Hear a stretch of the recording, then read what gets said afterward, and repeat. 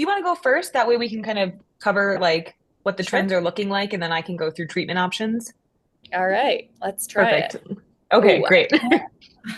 another tech question. It won't let me share my screen until Chosen stops sharing their screen. Perfect. Okay, let me try now.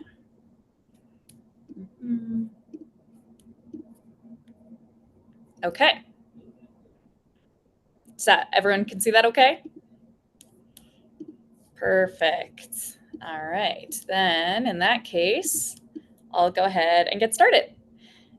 So my name is Lynne Rosenburg. I trained here at the University of Colorado in combined internal medicine and pediatrics before starting my toxicology fellowship over at Rocky Mountain Poison and Drug Safety. A big thank you to Lori Halmo for her mentorship on this talk. I'm sure a lot of people on the call know her well. But first things first, wanted to hear a little bit about who we have here in the room with us. So if you don't mind typing into the chat your training background or where you're coming from, just so I have an idea of who we have in our audience.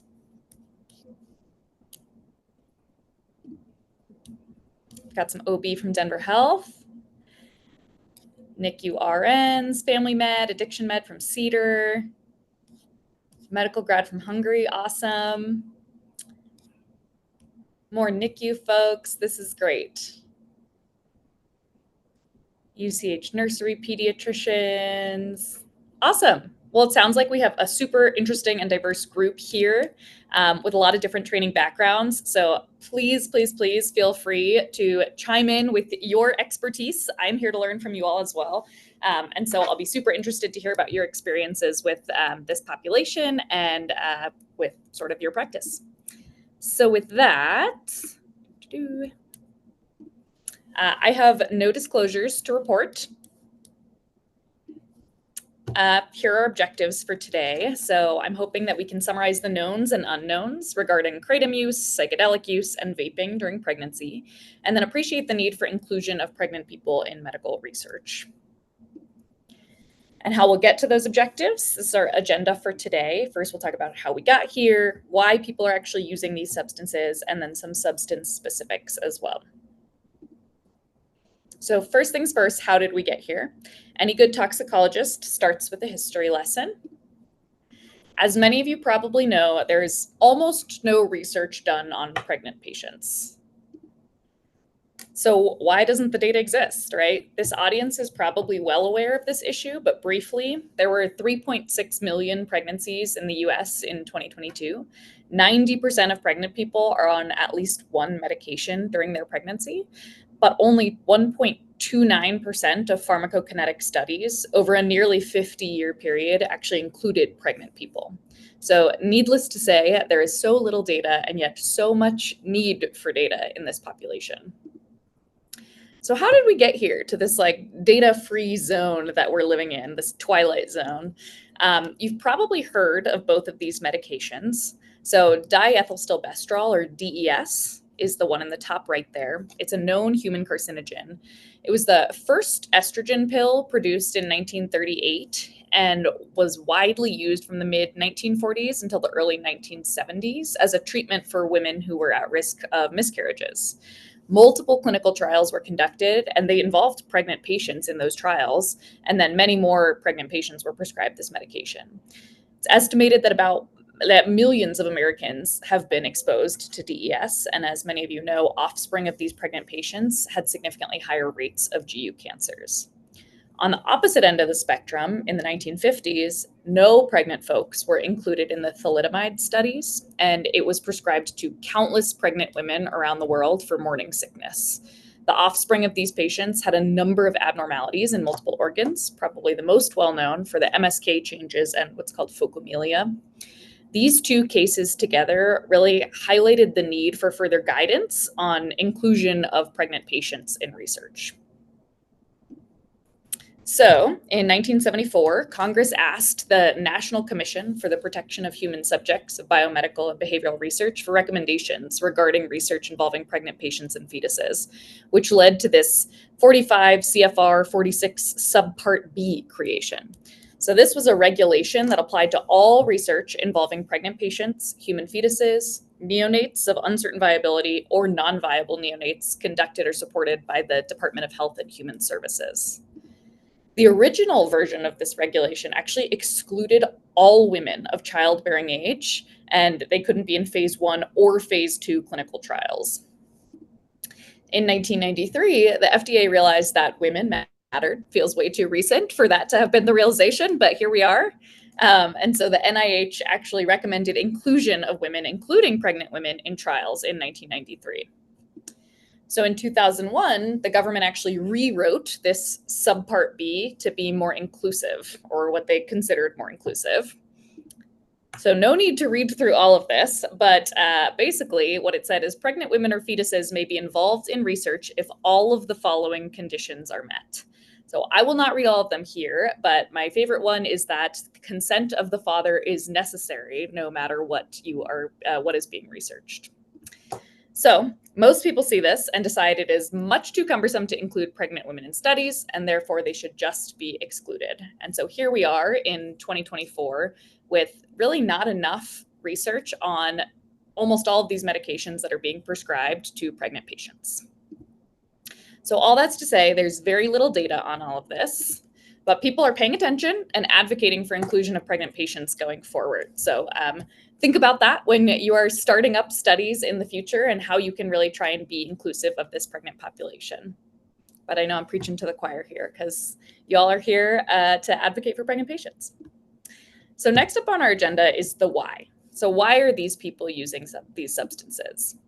If you don't mind, take a moment to type into the chat a reason a pregnant patient has given you before for using any substance.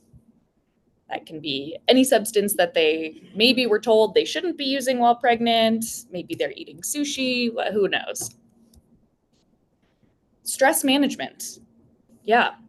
Trauma, morning sickness, depression, anxiety, nausea, sleep.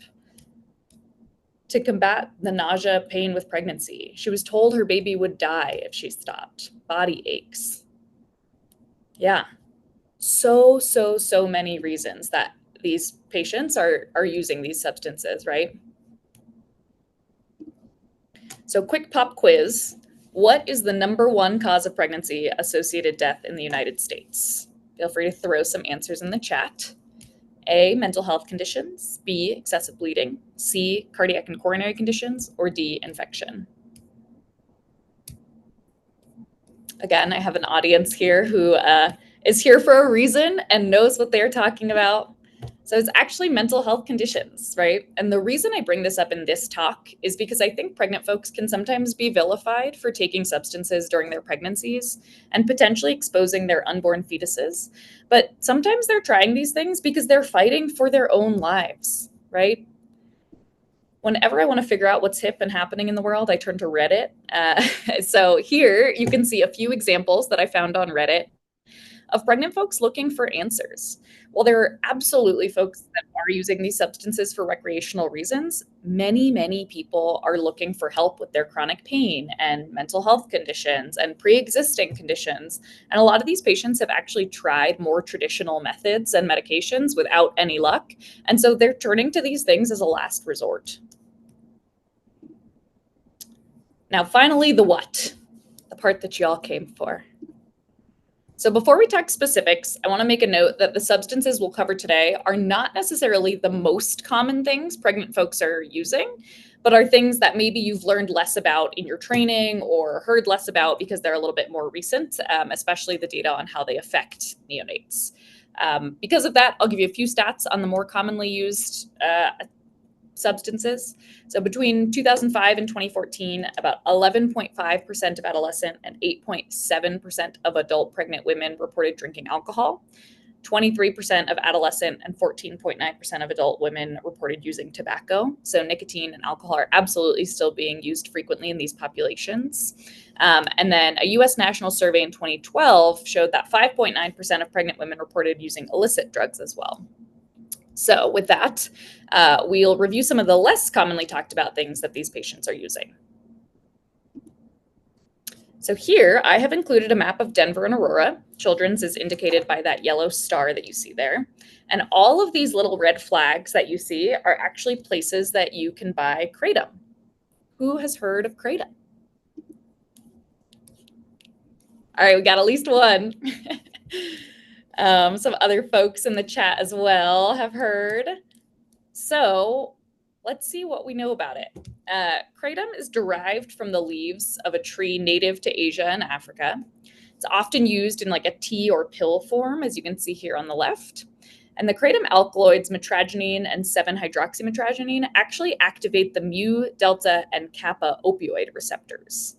Kratom has dual properties, producing both stimulant effects at lower doses and opioid-like analgesic effects at higher doses. It's used as a substitute for opium, although hallucinogenic effects are way less common. They are reported after heavy use. So, as might be anticipated with these effects, patients can develop both tolerance and withdrawal from these substances. Interestingly, kratom has actually been illegal in Thailand since 1946 and Australia since 2005. And although there are some import bans on kratom as an adulterant because it wasn't approved as a supplement before 1994, it's currently legal to possess and use in the United States, where it's been adopted by some patients for self-treatment, chronic pain, and to modulate some opioid withdrawal symptoms. So what happens to the fetuses? The main effects that you can see in neonates seem to be pretty similar to offspring of birthing parents who use opioids, so more of like a neonatal abstinence type syndrome. There are a number of case reports that report these symptoms. And in 2021, a review by Wright et al. Came out by looking at these exposures. So briefly, only 5 articles and 6 mothers ended up being included in this review. That's how little data there is. But as you can see here, the main reasons for use were pain relief, anxiety, opioid withdrawal, and opioid-like effects. 4 of the 6 mothers in this review used kratom 3 to 4 times per day for the entire pregnancy. And the cost of the kratom was reported by one mother as about $40 per day to be able to continue using this substance. Interestingly, descriptions of the mother's withdrawal symptoms included anxiety, piloerection, diaphoresis, and restlessness, so very similar to opioid withdrawal. And the symptoms of withdrawal were described as severe, resulting in either return to kratom use or even being treated with buprenorphine and naloxone. One mother actually had to go to the emergency department due to the initial severity and presentation of her withdrawal symptoms when discontinuing kratom use. Prior to pregnancy, another mother reported that if she missed a kratom dose for 4 to 6 hours, or if she tried to taper her kratom dose, she experienced symptoms that included diaphoresis, rhinorrhea, myalgias, anxiety, nausea, diarrhea, and piloerection. So, as I mentioned, very similar to the opioid effects. So the neonatal effects were largely neonatal abstinence syndrome, and 5 of these 6 infants ended up requiring treatment with a morphine weaning protocol, as we would with prenatal opioid exposure. One thing to note is that one of these infants who was only exposed to kratom with a maternal use about 3 times a day actually developed their abstinence syndrome 2 days postpartum. So these symptoms aren't always going to be immediately present in these patients, and they might actually warrant a little bit of additional monitoring. Okay, next we'll discuss vaping. Oh, is there a question? Oh no, someone raised their hand because they knew what kratom was. Okay, so next we'll discuss vaping. So first things first, what is vaping? Worth going over, vaping devices are battery-operated devices people use to inhale an aerosol, and it can contain either nicotine or cannabis. So the vapes that you see around can be both. Also contains flavorings and some other chemicals. They can resemble traditional tobacco cigarettes, cigars, or pipes, and even everyday items like pens or USB memory sticks. And then some other devices, such as those with fillable tanks, might look a little bit different as well. Currently, there are more than 460 different e-cigarette brands on the market. So really going to be a large variety in what you're seeing in your patients. Most e-cigarettes consist of 4 different components. So there's a cartridge, reservoir, or pod, which holds the liquid containing either the nicotine or cannabis. There's a heating element or an atomizer, a power source, which is usually a battery, and then a mouthpiece that the person uses to inhale. In many e-cigarettes, puffing actually activates the battery-powered heating device, which vaporizes the liquid in the cartridge. The person then inhales the resulting aerosol or vapor. A quick note that we are discussing vaping specifically rather than just talking about cannabis or nicotine, because vape users are actually a kind of specific population with some distinctive features and risks that are different than your traditional cannabis or nicotine users. So, a few things worth pointing out.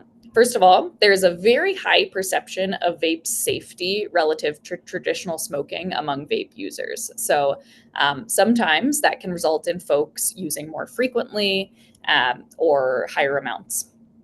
Secondly, people who vape nicotine can be exposed to substantially higher doses than those who use traditional cigarettes. So, dose is a function of the device power, the puff duration, the actual liquid concentration, all of which can be controlled by the user in most devices. But that liquid concentration, you can actually buy extremely high concentration nicotine liquids and vape juices online. It can be up to like 100 milligrams per ml, even though for traditional cigarettes, 20 milligrams per milliliter is generally what we considered high dose.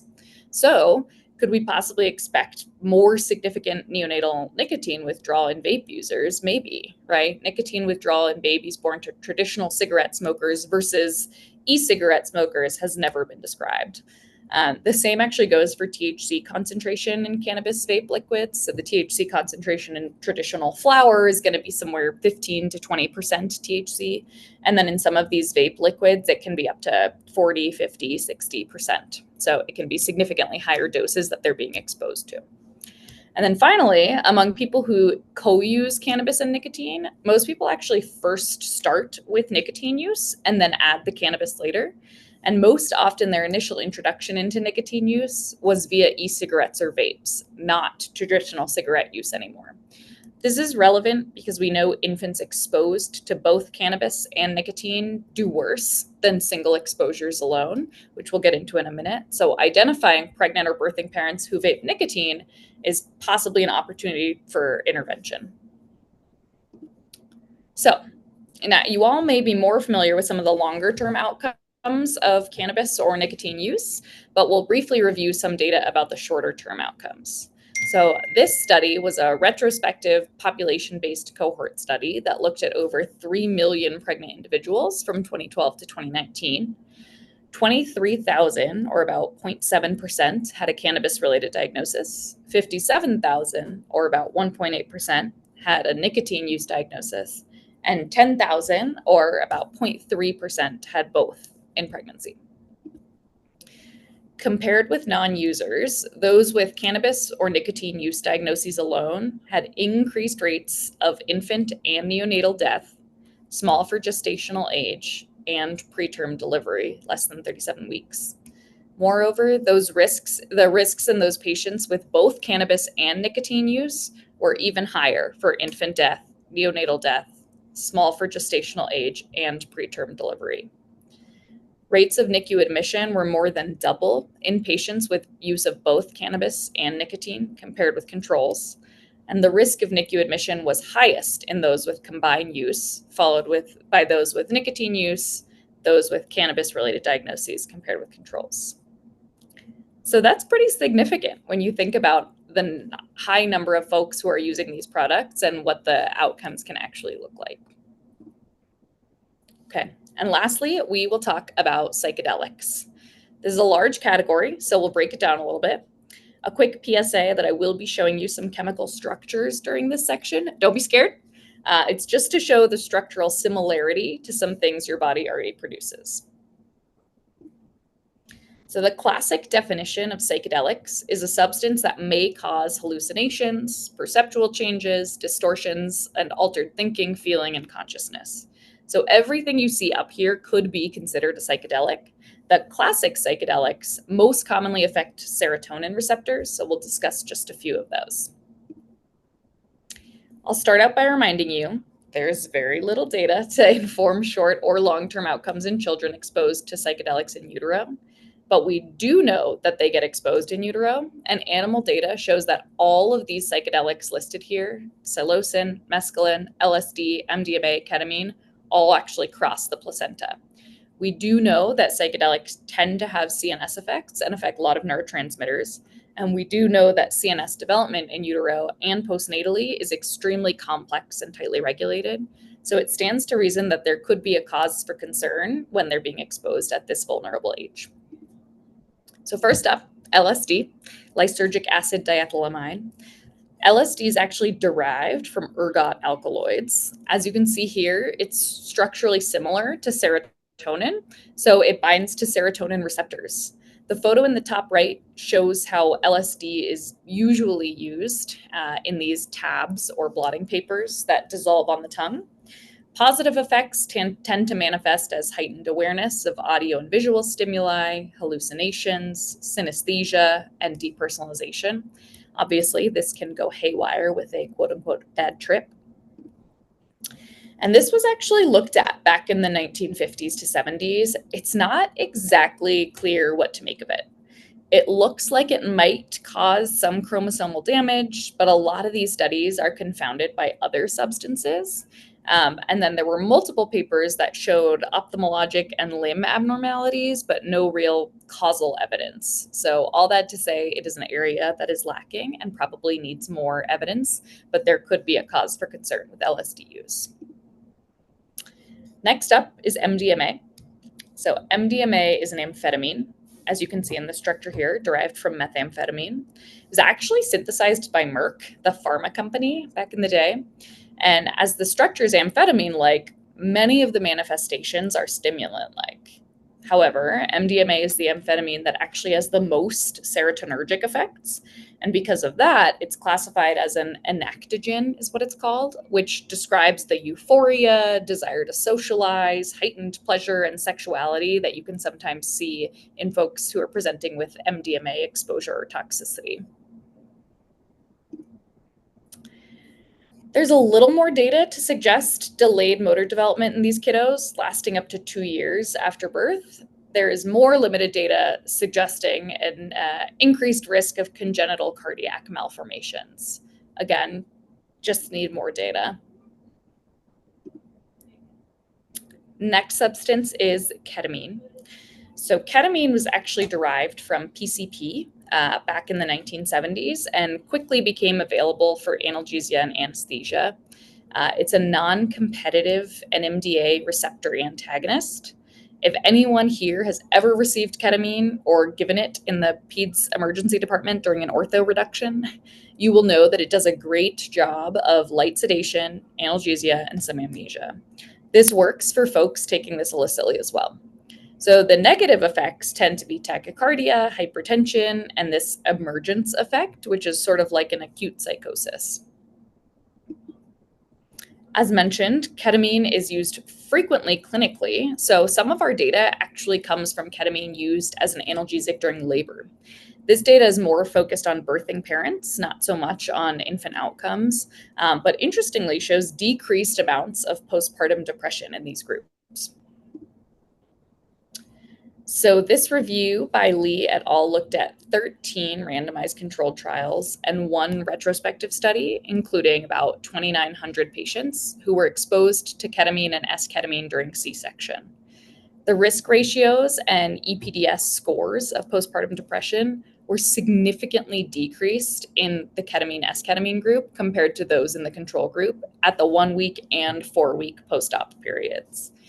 However, the incidences of post-op adverse events such as dizziness, diplopia, hallucination, and headache were significantly higher in the ketamine S-ketamine group than that in the control group.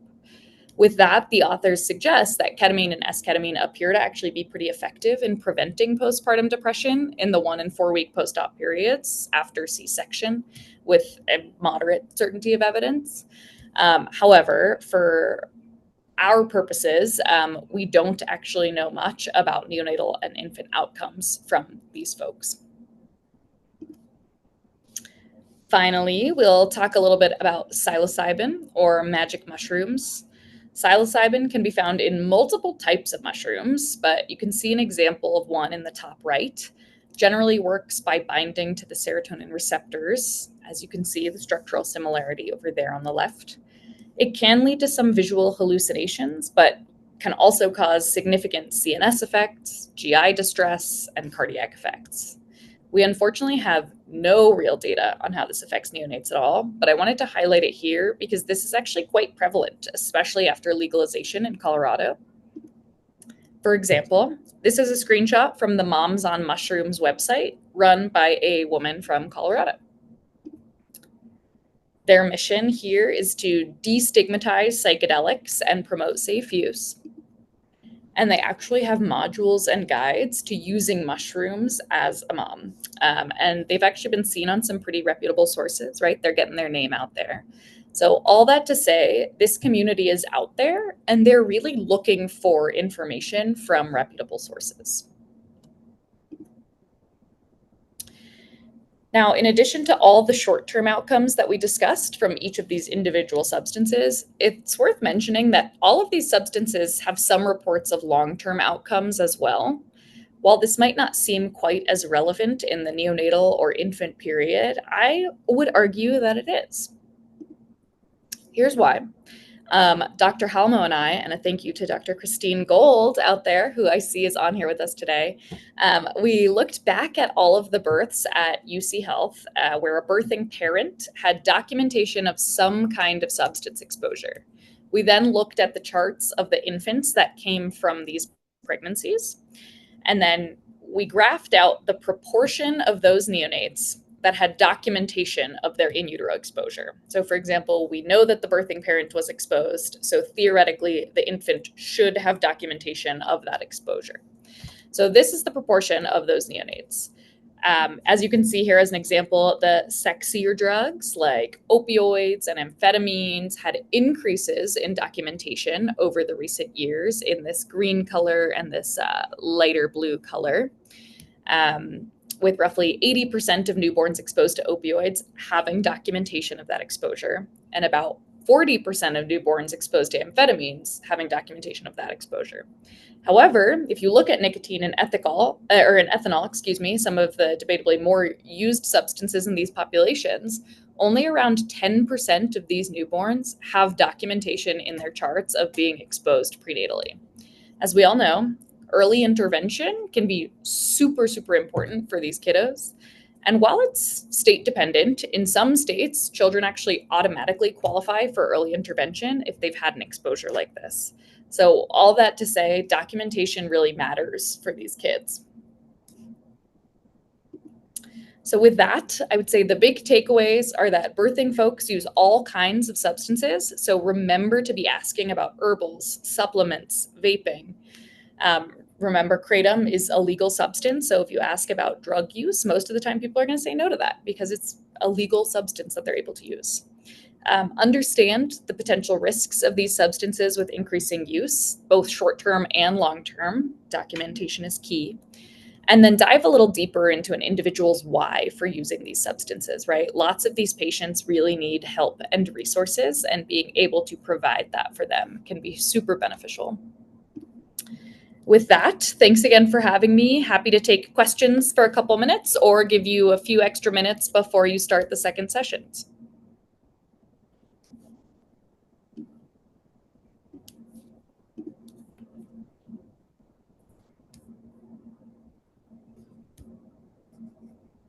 Yes, I would agree. Documentation of ethanol use and ethanol exposure is super important, and it's actually one of the things that can most easily get children early intervention services.